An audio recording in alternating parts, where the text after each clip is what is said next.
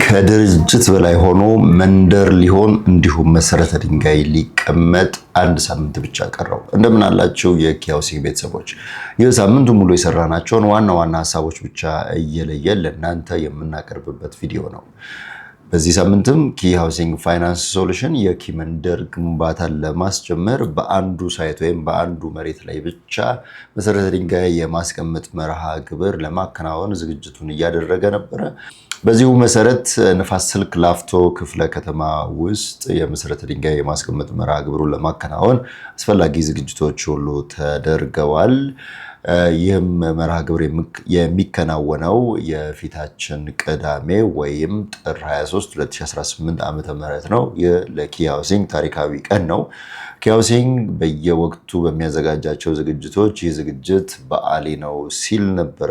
አሁን ደግሞ በኪ ካላንደር ላይ ሌላ ተጨማሪ በዓል ሊገባ ነው። እሱም ኪ ከድርጅት በላይ ሆኖ መንደር የሆነበት የኪ መንደር ግንባታ መሰረተ ድንጋይ የሚቀመጥበት ዕለት ጥር 23 ነው። ከወዲሁ በዚህ መንደር ወይም በሚገነቡት ህንፃዎች ውስጥ የቤት ባለቤት የምትሆኑት የኪ ሃውሲንግ ተመዝጋቢዎች፣ የኪ ሃውሲንግ ቤተሰቦች ለዚህ ቀን እንኳን አደረሳችሁ፣ እንኳን ደስ አላችሁ ማለት እንወዳለን። ይህ እንዳለ ሆኖ በቀጣይ የካቲት 28 ደግሞ እድለኞችን እንለያለን ወይም እጣ እናወጣለን ብለን ከዚህ በፊት ተናግረን ነበረ። ያም የካቲት 28 የሚከናወነው መርሃ ግብር ቅድመ ዝግጅት ከወዲሁ መጠናቀቅ ስላለበት በርካታ ስራዎችን ባሳለፍነው ሳምንት ስንሰራ ነበረ።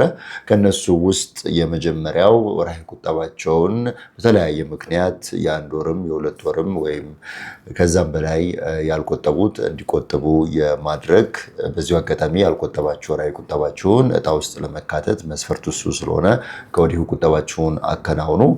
ከዛ በተጨማሪ ደግሞ ከባንክ ጋር በተገናኘ አንዳንድ ቆጣቢዎቻችን በተለይ በሞባይል ባንኪንግ በአፑ ሲከፍሉ የገጠማቸው በባንኩ ሳይድ ያለ የሲስተም ጉዳይ አለ ወይም የሲስተም ችግር አለ። ያንንም ችግር ከሚመለከተው ጋር እየተነጋገርን የሚፈታበትን መንገድ እየሰራንበት እንገኛለን። በዚሁ እግረ መንገድ እንግዲህ በሞባይል ባንኪንግ ከፍላችሁ የኪ ሲስተም ወይም ዳሽቦርዳችሁ ላይ ዕዳ እንዳለባችሁ የሚያሳያችሁ ካላችሁ ትደናገጡ፣ ምንም ስጋት አይግባችሁ፣ ምንም ችግር የለውም። የከፈላችሁባትን ደረሰኝ ብቻ ያዙ፣ ሃርድ ኮፒውን ወይም ደግሞ በሞባይል ባንኪንግ ከሆነ ስክሪንሾት ያደረጋችሁትም ከሆነ ደግሞ እሱንም ጭምር በእጃችሁ ያዙ። እጣ ውስጥ ለመካተት ወይም ላለመካተት ምንም የሚገጥማችሁ ነገር አይኖርም በዚህ ምክንያት ማለት ነው።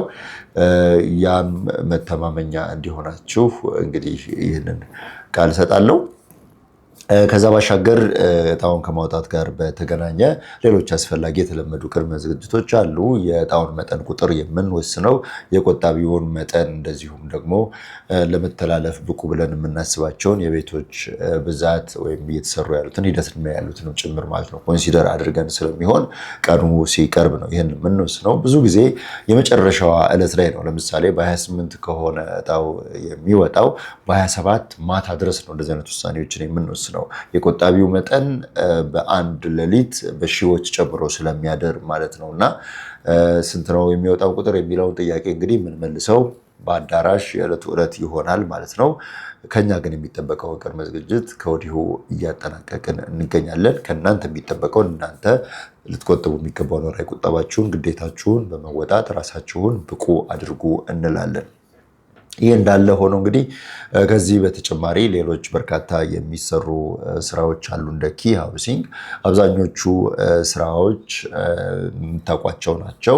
በዋናነት ለሁለት ይከፈላሉ። የመጀመሪያው ተመዝጋቢዎችን የሚያፈራ ወይም አዳዲስ አባላቶች እንዲኖሩ የሚያደርግ የማርኬቲንግ ቡድን አለ። በሌላኛው ደግሞ ለተመዘገቡት ሰዎች ቤት ለማስተላለፍ አስፈላጊውን ስራ የሚሰራ ቡድን አለ። እነዚህ ሁለት ቡድኖች እየተናበቡ ይሰራሉ ማለት ነው። እንግዲህ በዚሁ መሰረት በሁለቱም ቡድን የተለያዩ ስራዎች እየተሰሩ ነው። በፕሮጀክት ማኔጅመንት ቲሙ በኩል ብናይ ያሉት ፕሮጀክቶች ምን ላይ ናቸው፣ ፕሮግረስ ምን ይመስላል መሰል ነገሮችን ያው መሬት መግዛታችንን ወይም ደግሞ በተለያየ መንገድ ከመንግስትም ቢሆን ማግኘታችንን እንፈልገዋለንና ለዛም ጥረት እያደረግን ነው የምንገኘው። ያንን ከተጨማሪ ግንባታዎች ጋር አንድ ላይ የይዞ አንደኛው ቡድን እየመራ ነው። በየሳምንቱ ፕሮግረስ መኖር አለበት፣ ውጤት መኖር መቻል አለበት፣ ፍጥነት መጨመር መቻል አለበት። በዛ የተሻለ አፈጻጸም እያየን እንገኛለን። ያው በተግባር የሚታዩት ናቸው አብዛኞቹ ማለት ነው። ሌላኛው ደግሞ በማርኬቲንጉ ወገን አዳዲስ ተመዝጋቢዎች መመዝገባቸው አስፈላጊ ነው፣ ግድም ነው። ምክንያቱም ኪሲኤችኤፍ ሞዴል መሰረት ያደረገው ኢኮኖሚስ ኦፍ ስኬል የምንለው ሞዴል ላይ ነው ብለናል። ያ ደግሞ ኢኮኖሚስ ኦፍ ስኬል ከስሙ እንደምንረዳው ስኬል ላይ ወይም ደግሞ ብዛት ላይ ትኩረት ያደርጋል።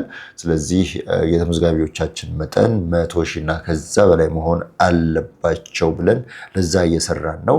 ምንም እንኳን 100 ሺህ እና ከዛ በላይ አለ ብንልም ሞዴሉ ስቲል ሊኒየርም ጭምር ነው። በዚሁ አግባብ እንግዲህ የተመዝጋቢዎች መጠን ከሳምንት ሳምንት እየጨመረ ነው የመጣ ያለው። ከባለፈው ሳምንት የተሻለ ቁጥር በዚህ ሳምንት እያስተዋልን ነው። አብዛኞቹ ተመዝጋቢዎች እየመጡ ያሉት በቲቪ በሶሻል ሚዲያ ከሚያዩት ማስታወቂያ ባልተናነሰ በነባር ተመዝጋቢዎች ወይም ደግሞ በነባር አባላቶች አማካኝነት ነው እና ይህ አባሎቻችን ምን ያክል ሞዴሉን እንደተገነዘቡትና ሞዴሉን ተስፋ አድርገው የቤት ባለቤት ሆናለሁ ብለው አብረውን እንዳሉ ማሳያችንም ጭምር ነው። ለዚህ በጣም ደስተኞች ነን ማለት ነው።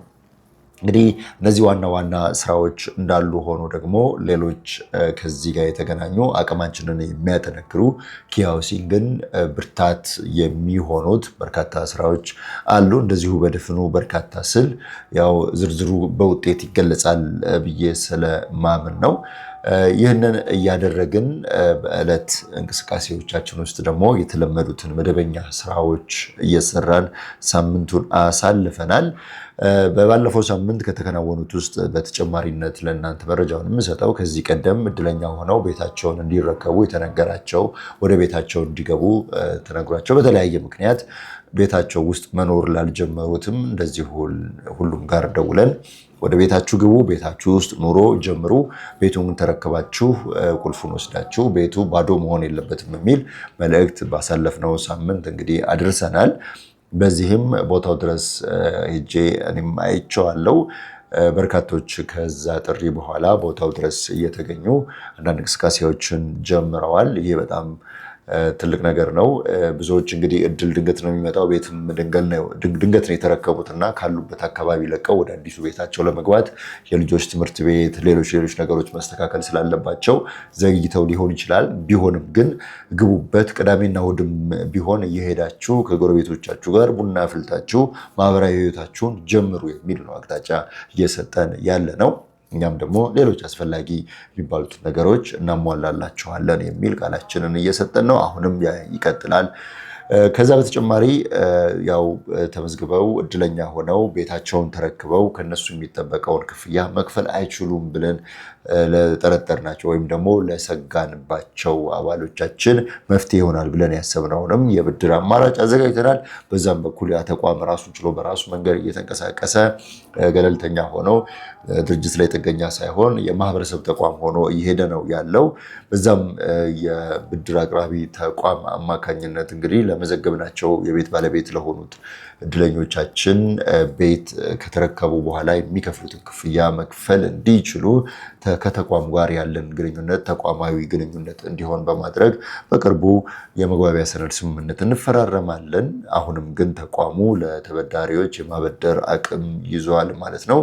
ያም ባሳለፍነው ሳምንት ውስጥ ያለን ንግግር ነው። የተመዝጋቢዎች መጠን ቁጥር መጨመር ዋናው ምክንያት ብለን የምናስበው የነባር አባሎቻችን አብሮ ከኛ ጋር መሆን ነውና በመጨረሻም የኪ ሃውሲንግ ተመዝጋቢ የሆናችሁ ወዳጅ ዘመድ ቤተሰቦቻችሁን ጓደኞቻችሁን በማስመዝገብ ጥር 23 2018 በሚጀምረው የኪ መንደር ውስጥ በጋራ ቤተሰብ ሆናችሁ እንድትኖሩ መልእክት አስተላልፋለሁ። ኪ ሃውሲንግ የተሳካ ሳምንት አሳልፏል። ለእናንተም መልካም የረፍት ጊዜና ቀጣይ ጥሩ የስራ ሳምንት እንዲሆንላችሁ እንመኛለን። መልካም ቆይታ ይሆንልን።